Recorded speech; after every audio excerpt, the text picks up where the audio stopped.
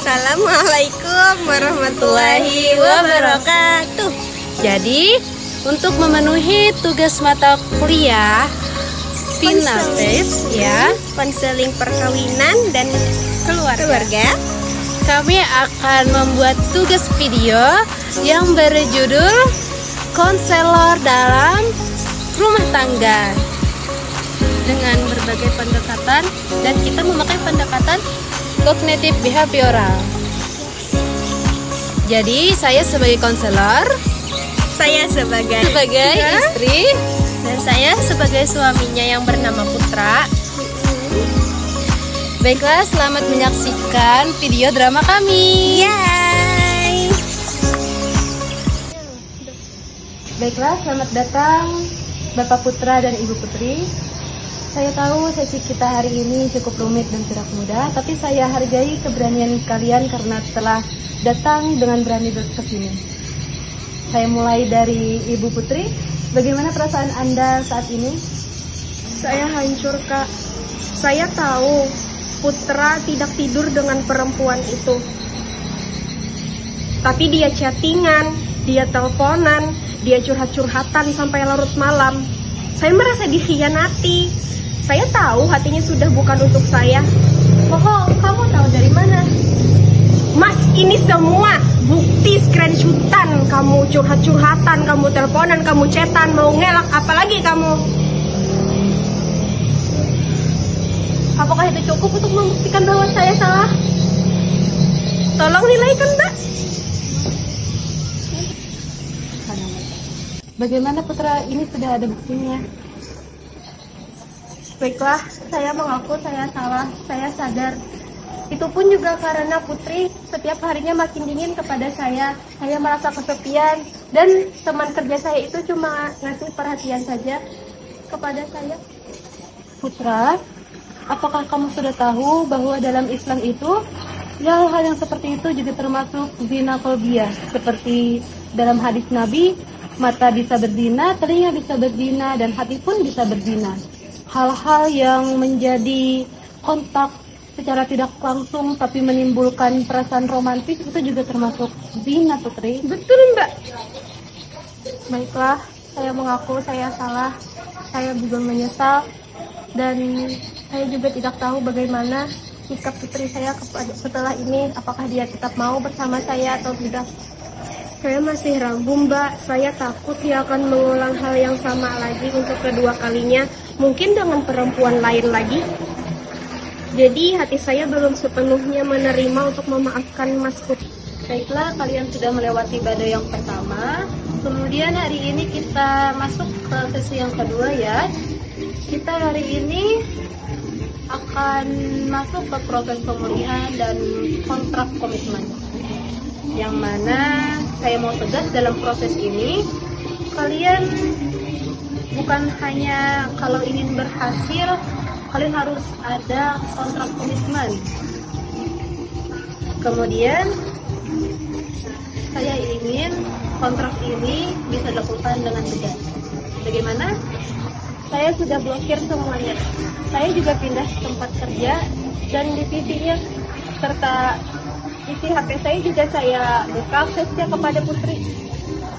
Itu bantu banget, Mbak, tapi saya masih butuh waktu, dan kadang juga saya masih mimpi buruk tentang Mas Raka dan mantan selingkuhannya itu. Jadi saya butuh Mas Putra sabar dengan luka saya ini. Itu sangat wajar, karena luka dari trauma itu pemulihannya cukup lama dan memakan waktu berbulan-bulan. Maka dari itu saya perlu kontrak komitmen. Putra tidak boleh berhubungan langsung dan tidak langsung kepada pihak ketiga, dan Putri berhak untuk mengecek HP Putra. Kemudian Putra harus tambahan 2 sesi pribadi ya untuk konseling, melakukan quality time, dan menulis permintaan maaf secara rutin kepada Putri. Kemudian Putri berhak untuk terbuka soal komitmen dan luka traumanya kepada suami dan sebelumnya. Iya, Pak. Benar, Mas. Baiklah, sesi ketiga hari ini kita akan membicarakan soal kedalaman akad nikah secara Islam. Jadi, akad nikah dalam Islam itu termasuk misalkan ghalidha, yang mana akad nikah itu adalah perjanjian yang suci. Jadi, suami wajib untuk menjaga kehormatan bukan hanya tubuh istri, tetapi juga hatinya. Kemudian, jika suami Anda masih melakukan pengulangan kembali seperti kemarin, Anda berhak untuk menggugat dia cerai. Dan jika kalian ingin sama-sama seperti dulu, kalian harus taubat dan ada perubahan yang nyata. Bagaimana, Putra? Saya berjanji saya tidak akan mengulanginya lagi. Saya akan memperbaiki semuanya karena saya sadar ini bukan soal ketahuan atau tidaknya, tapi saya telah mengkaji amanah dari Allah. Saya ingin coba, Mbak, bukan karena saya takut cerai, tapi memang karena saya masih cinta sama Mas Putra, dan saya mau kita punya tujuan bersama. Bagus, maka sekarang kita susun visi untuk kedepannya ya. Yang pertama, kalian harus benar-benar menjalankan pernikahan dengan kejujuran. Yang kedua, dengan pernikahan keintiman yang sehat. Dan yang ketiga, pernikahan dengan perlindungan hati ya. Kemudian, jika kalian memilih bersama, maka kalian memilih untuk bermaafan, tapi tidak melupakan ya, karena kalian harus belajar mencintai kembali seperti yang diajarkan dalam Islam. Gimana, Mas? Ya, assalamualaikum. Kita mulai sesi kali ini ya. Sesi hari ini sesi yang paling jujur dan sangat sensitif. Saya harap kalian mampu untuk terbuka dan tanpa pembelaan juga saling menyalahkan. Saya mulai dari Mbak Putri.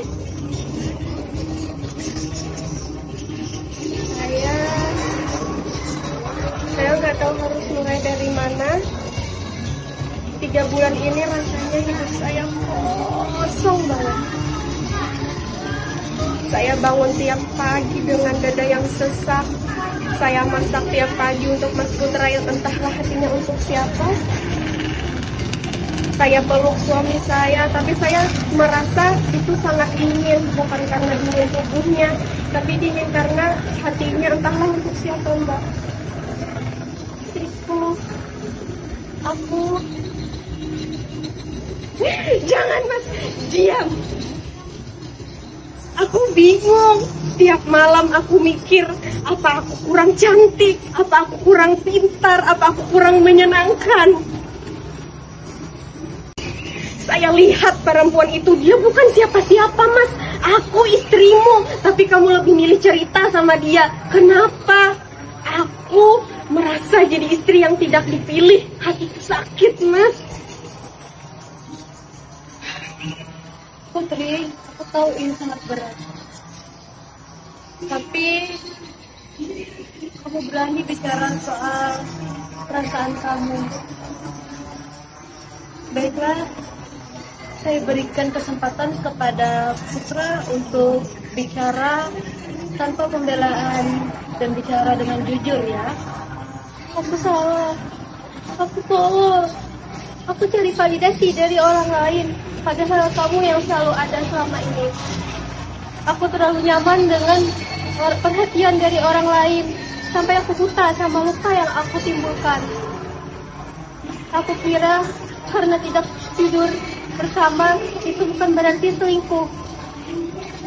Tapi sekarang aku tahu, aku menyelingkuhimu bukan dengan badanku, tapi dengan hatiku.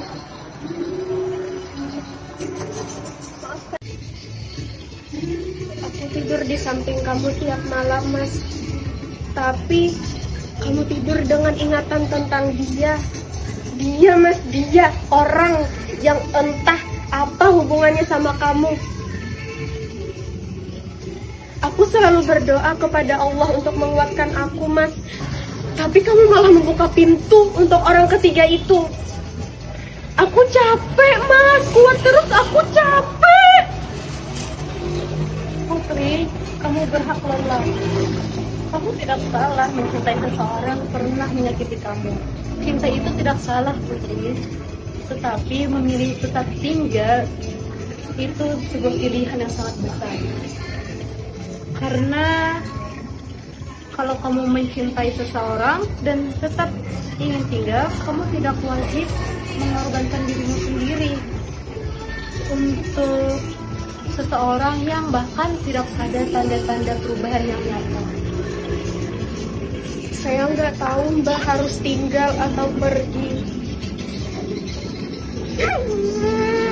Saya cuma tahu saya masih sayang sama Mas Putra.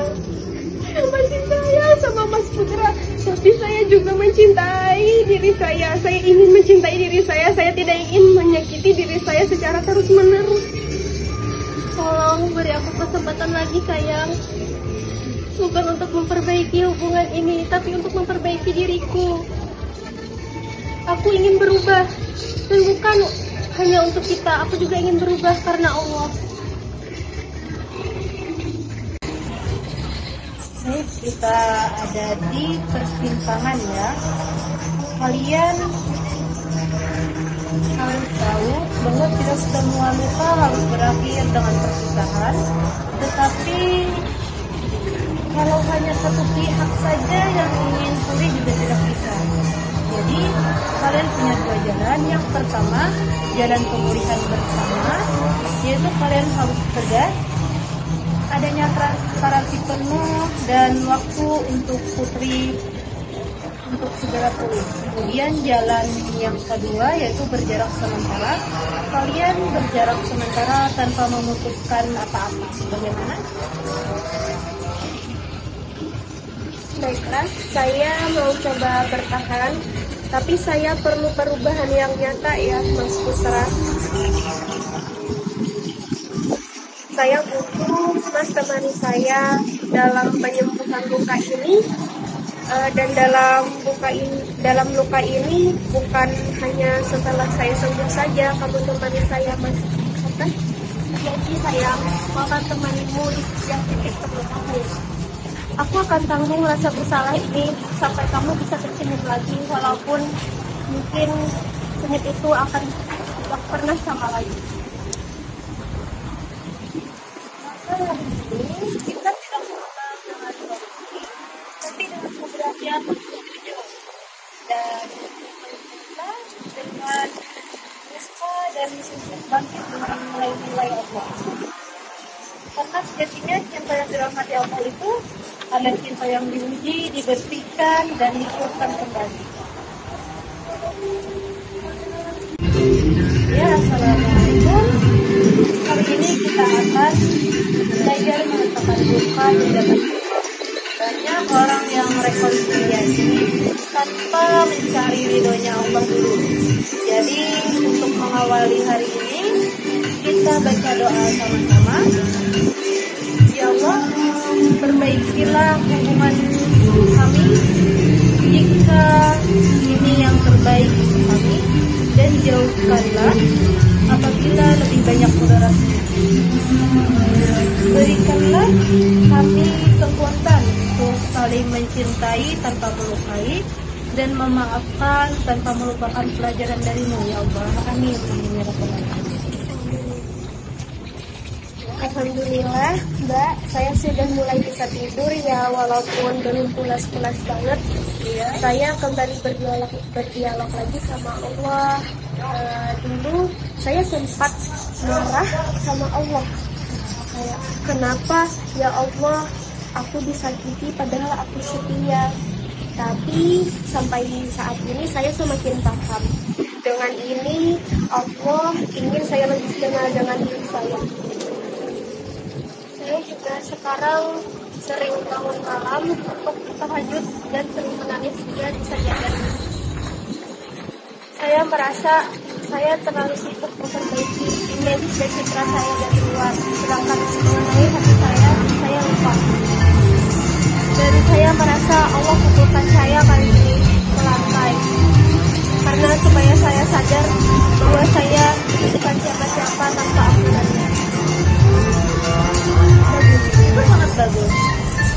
Ya, kita mulai tahapan kali ini cukup berat ya, karena mengulang kepercayaan kembali, membangun kepercayaan kembali ya.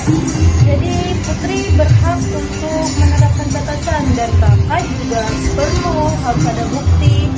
Kemudian cinta itu tidak cukup, harus ada struktur baru yang kita namakan dengan pernikahan jilid 2. Ya baiklah, kepada Mbak Putri dan Mas Putra, sekarang saya ingin kalian berdua saling berhadapan, saling berpapasan, dan menentukan satu keputusan kecil untuk rumah tangga kalian ke depan.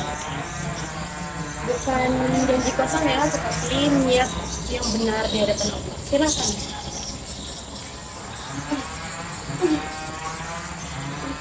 Sayang, aku mungkin tidak akan bisa mengubah yang namanya masa lalu. Tetapi aku berharap aku bisa membuat masa depan kita menjadi lebih bermakna dengan tidak membuatmu ragu bahwa aku adalah tempat keluarga. Aku akan membuka semuanya mulai dari sekarang. Dari ponselku, waktuku, dan hatiku yang hanya kutujukan untukmu. Aku akan melakukannya bukan karena kamu yang memintanya, tetapi karena memang kamu pantas mendapatkannya. Mas Putra, aku tidak bisa menjanjikan bahwa aku akan secepat itu percaya sama kamu, tapi aku berusaha ya.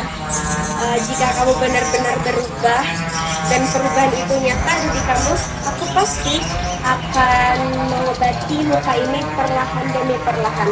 Dan satu hal yang aku butuh dari kamu bahwa jangan paksa aku untuk lupa akan luka ini, akan tetapi temani aku untuk mengobati luka ini. Aku minta maaf apabila aku kurang meluangkan waktu kepada Mas Putra. Untuk Mas Putra bersandar mungkin karena aku akhir-akhir ini sibuk bekerja dan memang di kerjaan aku lagi padat-padatnya ya Mas. Jadi aku kerja lembur, aku pulang lama ke rumah. Tapi jangan-jangan itu kamu mencari kenyamanan dengan perempuan lain, yang entahlah perempuan itu siapa. Aku di sini ada loh istrimu, tolong bicara deh, aku mau bicara, aku perlu sandaran, bicara aja Mas, aku pasti akan meluangkan waktuku. Oke, aku juga akan mulai merubah diriku dari sekarang. Untuk batasan privasi, aku juga akan lebih menjaga jarak dengan lawan jenis di luar sana, terutama untuk di tempat kerjaku, agar kamu tidak salah paham lagi. Dan untuk waktu kita yang sama-sama bekerja, aku juga akan coba memahami bahwa kesibukan itu mungkin ada, tetapi aku juga akan mencoba meluangkan waktu untuk kita bisa bicara dari hati ke hati.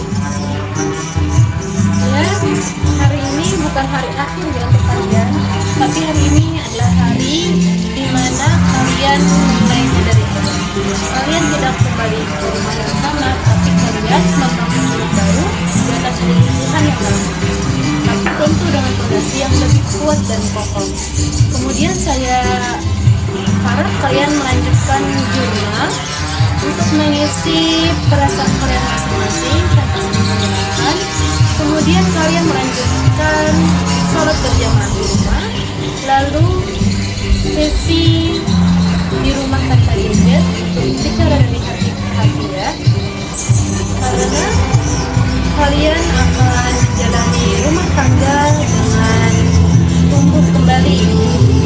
Karena rumah tangga yang baik itu tidak sempurna, tapi rumah tangga yang saling tunduk, saling menemani, dan saling tunduk kepada Allah.